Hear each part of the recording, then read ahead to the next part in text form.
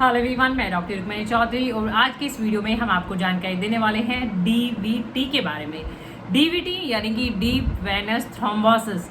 तो आज के इस पूरे वीडियो में हम आपको बताएंगे ये क्या प्रॉब्लम है, क्या इसके पीछे वजह है यानी कॉजेस, कारण की हम बात करेंगे, किनको ये प्रॉब्लम ज़्यादा देखी जाती है, रिस्क फैक्टर्स की हम बात करेंगे, बचाव प्रिवेंशन की हम बात करेंगे, जरूरी हैं, और बेस्ट इफेक्टिव होम्योपैथी मेडिसिन की हम बात करेंगे। इफेक्टिव होम्योपैथी मेडिसिन है जो यूज़ कर सकते हैं। तो पूरी जानकारी के लिए आपको पूरा वीडियो जरूर पे देखना है। तो जिन दवाओं के बारे में हम जानकारी देंगे उन सभी दवाओं के लिंक हम नीचे डिस्क्रिप्शन बॉक्स के लिंक आपको मिल जाएंगे, वहाँ से आप ऑनलाइन भी मेडिसिन खरीद सकते हैं या फिर आप अपने नियरेस्ट होम्योपैथी फार्मेसी और होम्योपैथी स्टोर से भी मेडिसिन।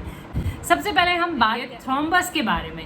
देखिए नॉर्मली क्या होता है, जो नसें होती हैं, देखिए हमारी जो विजिबल जो नसें हैं इनको हम वेन कहते हैं। एक होता है वेन और एक होती है आर्टरी। यानी नसें हमारी लगभग बड़े तौर पे दो तरीके की देखी जाती हैं। जो वेन यानी जिनको हम नसें कहते हैं, जो वेन होती हैं वो हमारा ब्लड किसी बॉडी पार्ट से लेके हार्ट की तरफ लेके जाती हैं, और उसका जस्ट ऑपोजिट रहता है आर्टरीज का फंक्शन। यानी आर्टरीज वो काम करती हैं जो प्योर ब्लड रहता है हार्ट से, जो प्यूरिफाइड ब्लड, शुद्ध जो रक्त रहता है वो हर एक ऑर्गन को डिस्ट्रीब्यूट करती हैं। तो वेन आपने देखा होगा थोड़ी सुपरफिशियल होती है, विजिबल भी होती हैं। तो नॉर्मली क्या होता है, इन वेन्स में, नसों में किसी भी वजह से ब्लड क्लॉट यानी खून का एक थक्का जमा हो जाता है। ब्लड सर्कुलेशन, खून का दौरा किसी भी वजह से उसमें कोई डिस्टर्बेंस हो जाती है तो वो ब्लड क्लॉट, जिसको हम मेडिकल टर्म में थ्रोम्बस कहते हैं, तो वो जमा हो जाता है। तो वो खून के दौरे को रोक सकता है, उसका कोई नुकसान हो जाता है तो उसको हम थ्रोम्बस कहते हैं। और ये पूरा जो प्रोसीजर रहता है यानी ब्लड क्लॉट बन जाना, खून के थक्के बन जाने को हम थ्रोम्बोसिस कहते हैं। अब डीवीटी, डी का मतलब यहाँ पे डीप है, वी का मतलब वेन और टी थ्रोम्बोसिस।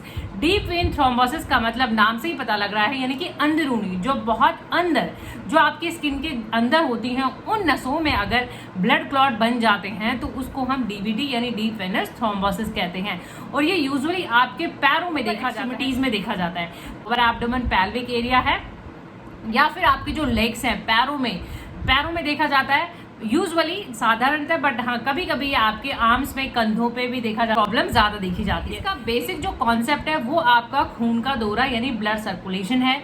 ब्लड सर्कुलेशन अगर किसी भी तरीके से आपका कम है या फिर वो रुक जाता है, जैसे ब्लड क्लॉट बन जाते हैं, तो मेन वही रीजन रहेंगे कि ब्लड क्लॉट बनेंगे, थ्रोम्बस बनेंगे और आपको डीवीटी यानी कि डीप वेनस थ्रोम्बोसिस। एजिंग की, देखिए उम्र के साथ साथ भी देखा जाता है, जैसे आप 60 प्लस होते हैं, 60 से ऊपर में ये प्रॉब्लम ज्यादा देखी जाती है। बट इसका ये मतलब नहीं कि कम उम्र में नहीं देखी जाती, कम उम्र में भी ये देखी जाती है, बट 60 के ऊपर इसके चांसेस ज्यादा हो जाते हैं। प्रोलॉन्ग्ड बेड रेस्ट यानी बहुत प्रोलॉन्ग्ड बेड रेस्ट, बहुत टाइम तक आपको कोई सर्जरी हुआ है या कोई इंजरी है, किसी भी वजह से अगर आपको बहुत ज्यादा देर तक रेस्ट करना पड़ा है, काफी टाइम तक आप बेड पे रहे हैं, यानी इमोबिलिटी, मूवमेंट नहीं हुई है बॉडी की, तो उस वजह से आपका खून का दौरा कम हुआ है, यानी खून वहां पे जमा होना और ब्लड क्लॉट फॉर्मेशन के चांसेस ज्यादा होगा। इनएक्टिविटी भी इसको कह सकते हैं, इमोबिलिटी भी कह सकते हैं। सिटिंग, किसी भी वजह से, या तो कहीं आप फ्लाइट में जाते हैं या फिर आप ड्राइविंग का आपका जॉब है, किसी भी वजह से अगर आप बहुत टाइम तक बैठे रहते हैं तो भी आपका ब्लड सर्कुलेशन कम हो जाता है और वहां पे क्लॉट फॉर्मेशन के चांसेस ज्यादा हो जाते हैं। तो देर तक बैठे रहना, आप ज्यादा देर तक लेटे रहने से भी ये प्रॉब्लम देखी जाती है और ज्यादा देर तक खड़े रहने से भी ये प्रॉब्लम देखी जाती है। प्रेगनेंसी और ओबेसिटी, मोटापा। प्रेगनेंसी में ऐसा होता है कि प्रेग्नेंट जब गर्भवती महिलाएं होती हैं तो उनकी नसों का प्रेशर बढ़ जाता है। पेल्विक प्रेशर, जो लोअर एब्डोमेन के नीचे का जो हिस्सा रहता है, वहां पे प्रेशर बढ़ जाता है नसों में। प्रेशर बढ़ने की वजह से कहीं ना कहीं वो क्लॉट, थ्रोम्बस बन सकता है। तो प्रेगनेंसी गर्भवती महिलाओं में ज्यादा देखा जाता है। और ओबेसिटी, ओवरवेट और मोटापा, सेम कॉन्सेप्ट रहता है। मोटापे में भी क्या होता है, वहाँ का वेन का जो प्रेशर रहता है नसों का, वो बढ़ जाता है और कहीं ना कहीं वो ब्लड सर्कुलेशन में रुकावट करके वहाँ पे क्लॉट यानी खून के थक्के को जमा कर सकता है। धूम्रपान से भी आपका खून का दौरे की अगर हम बात करें, जो एक खून का प्रवाह रहता है, ब्लड क्लॉट यानी थक्के बनने के चांसेस ज्यादा हो जाते हैं। स्मोकिंग, धूम्रपान से भी ज्यादा देखे जाते हैं।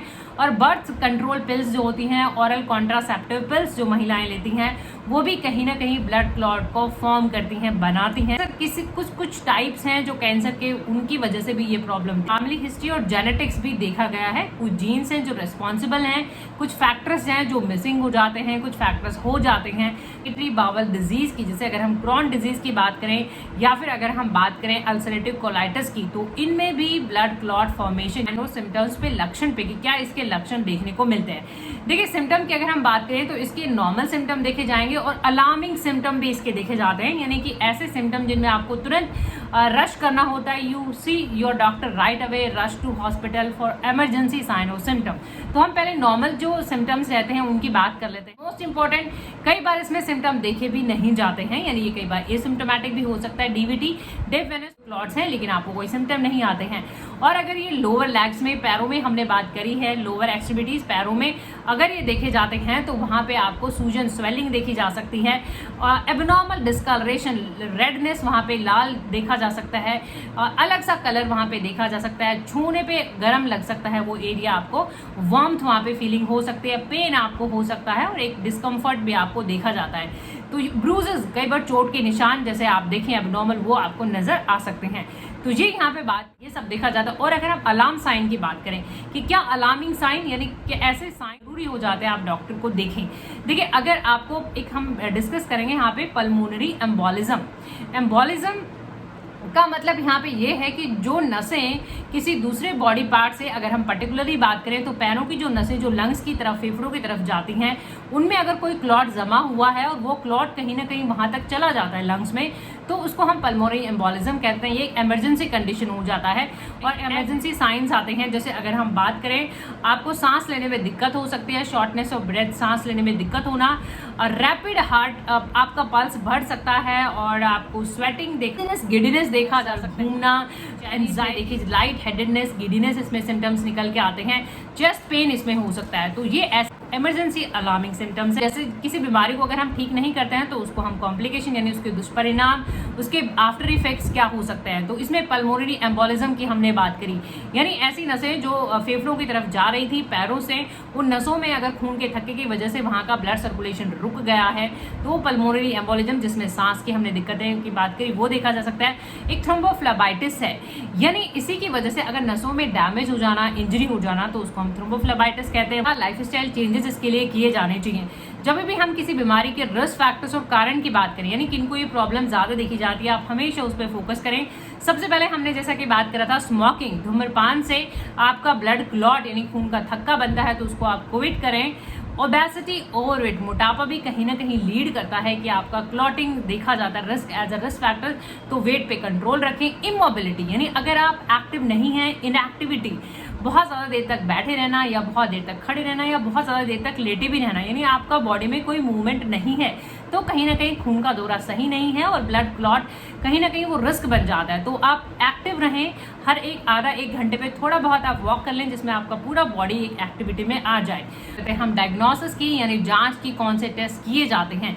देखिए इसके लिए जो सबसे अल्ट्रासाउंड इसके लिए किया जाता है, जिसमें प्रॉपर आ जाता है कि आपका ब्लड फ्लो कहीं पे क्लॉट तो नहीं है, कैसा खून का दौरा है, डुप्लेक्स मीनस अल्ट्रासाउंड इसके लिए बहुत ही फर्स्ट चॉइस ऑफ डायग्नोसिस रहता है। सेकंड अगर हम बात करें तो वेनोग्राफी जिसको हम कहते हैं, जिसमें आपको एक डाई इंजेक्ट की जाती है और वो एक स्पेशल डाई देने के बाद आपका वहाँ का एक्सरे ले लिया जाता है, तो उससे भी पूरा पता लग जाता है कि कहाँ पे ब्लॉकेज है, कहाँ पे क्लॉट है और कहाँ पे ब्लड फ्लो।